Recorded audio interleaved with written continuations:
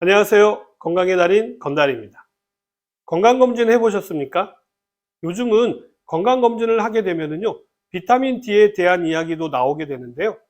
TV를 비롯해서 유튜브에서도 비타민 D에 대한 이야기가 간간히 나오는데, 시청자 여러분의 비타민 D는 안녕하십니까? 비타민 D가 부족하게 되면요, 여러 가지 증상이 나타나게 되는데요. 그래서 오늘은 비타민 D 결핍 증상과 겨울철 부족하기 쉬운 비타민 D 보충에 관해서 자세히 설명드리도록 하겠습니다.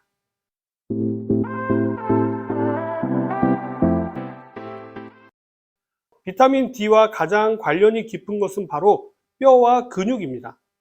비타민 D가 감소하게 되면요, 근육과 뼈는 약해지게 되는데요. 근육과 뼈가 건강한 상태로 유지되기 위해서는요, 비타민 D와 마그네슘의 균형을 잘 이루어야 하는데, 이러한 균형이 깨지게 되면 뼈와 근육 모두에게 문제가 발생하게 되는 것이죠. 비타민 D가 부족해지게 되면요, 신경이 예민해지고 기분이 자꾸 왔다 갔다 하면서 우울증이 나타나기도 합니다. 이러한 이유는요, 비타민 D가 호르몬 분비와 관련이 되어져 있기 때문에 정신 건강에도 영향을 미치게 되는 것이죠. 다른 필수 영양소와 마찬가지로요, 비타민 D는 체내의 염증 과정과 관련이 깊은데요. 관절 질환이나 통증에 민감해져서 이런 문제로 고생할 확률이 커지고요. 만성 통증을 치료하는 것도 더 어려워지게 됩니다. 치아와도 관련이 깊은데요. 비타민 D가 부족해지면 충치가 생기거나 구강 내에 감염이 생길 확률이 높아지게 되어서 잇몸이 붓거나 염증이 발생하기도 합니다.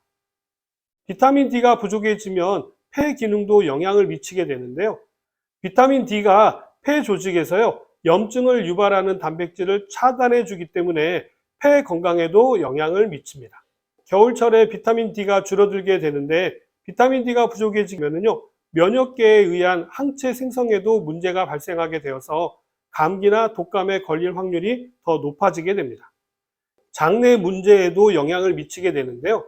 비타민 D가 부족하게 되면 글루텐에 대한 민감도가 높아져서 알레르기 반응도 나타나게 되고요. 염증성 장 질환인 크론병 유병률도 증가하는 것으로 알려져 있습니다. 특이한 증상도 있는데요. 비타민 D가 부족한 사람들은 특히 머리에 땀이 많이 나는 경향이 있다고 합니다. 이상의 증상들이 나타난다면요, 비타민 D 부족을 의심해 봐야 하는데요. 이러한 이야기를 하면 음식을 통해서 비타민 D를 섭취하면 되지 않느냐, 이렇게 반문하시겠지만 그게 그리 쉬운 일만은 아닙니다. 비타민 D는 등푸른 생선이라든지 달걀 등에 일부 들어있고요. 말린 버섯에 일부 들어있기는 합니다만 비타민 D가 풍부한 식품은 없기 때문입니다. 비타민 D는요, 지용성 비타민으로서 너무 과해도 문제가 발생하기 때문에 관리하기가 아주 까다로운 비타민 중에 하나죠. 그나마 다행인 것은요, 비타민은 우리 몸 안에서 합성이 되지 않는 편이지만 비타민 D의 경우에는요, 우리 몸에서 합성이 된다라는 사실이죠.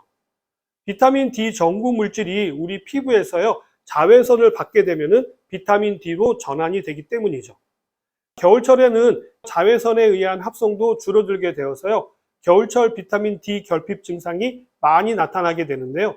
그렇다면 겨울철에는 어떻게 햇볕을 쬐어야 할까요? 겨울철에는요, 실내 생활이 길어지면서 필수 영양소인 비타민 D가 쉽게 부족해질 수가 있는데요. 특히 성장기 아이들의 경우에는요, 비타민 D 부족이 뼈 건강과 성장에 직접적인 영향을 줄 수가 있어서 더욱 주의가 필요하죠. 건강보험심사평가원에 따르면요, 비타민 D 결핍으로 병원을 찾은 0세에서 19세 환자는요, 2014년에는 4,254명에서 지난해 11,310명으로 165%나 증가한 것으로 나타났는데요. 생후 6개월 이후의 소화기와 급성장기 청소년기에는요, 비타민 D 섭취가 매우 중요한데, 이때 비타민 D가 부족하게 되면요, 뼈 성장 저하나 골밀도 저하가 생길 수 있다고 합니다. 비타민 D는 칼슘과 인의 흡수를 도와서 뼈와 치아를 튼튼하게 만드는 역할을 하기 때문에요, 성장기 소아, 청소년들에게는요, 꼭 필요한 영양소죠. 앞에서도 잠깐 말씀드린 것처럼요, 식품으로는 우리 몸에 필요로 하는 양의 30% 정도밖에는 채울 수가 없습니다. 나머지는 햇볕에 포함된 자외선을 받아서 피부에서 직접 합성해야 하는데요. 햇볕에는 여러 종류의 자외선이 섞여 있는데 이 중에서도 자외선 B가 피부 속 전구 물질과 반응해서 비타민 D를 합성하게 됩니다.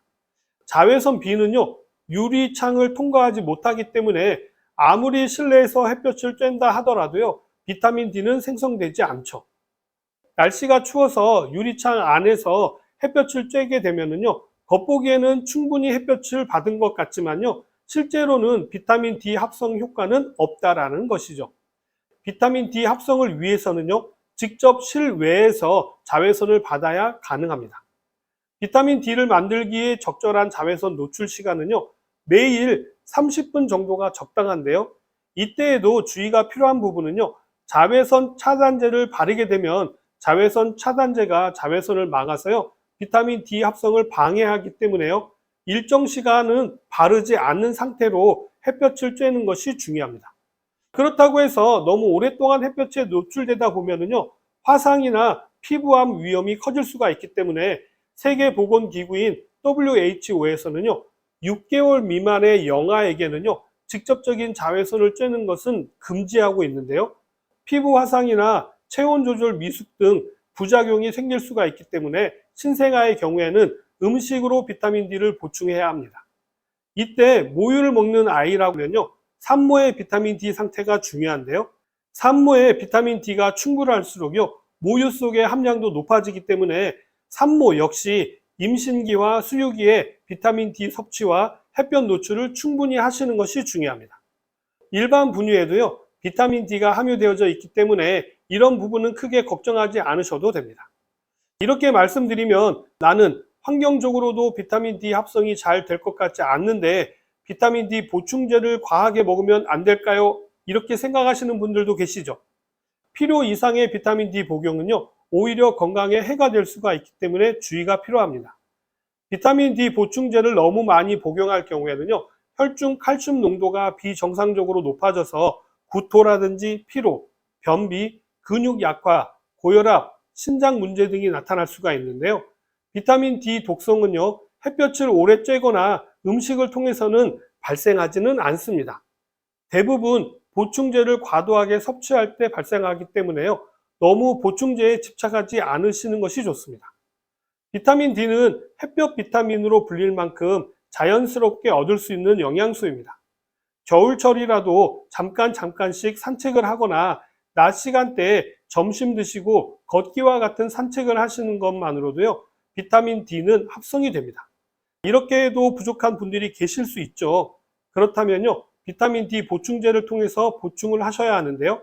건강기능식품의 경우에는요, 하루의 권장량의 30에서 100% 정도에 함유되어져 있기 때문에 본인에게 맞는 제품을 상담을 통해서 확인하시고 선택해서 드시는 것이 중요합니다. 오늘은 겨울철에 부족해지기 쉬운 비타민 D에 대해서 말씀을 드렸는데 어떻게 좀 도움이 되셨나요? 그럼 저는 다음 시간에 더 유익한 내용을 가지고 다시 찾아뵙도록 하겠습니다.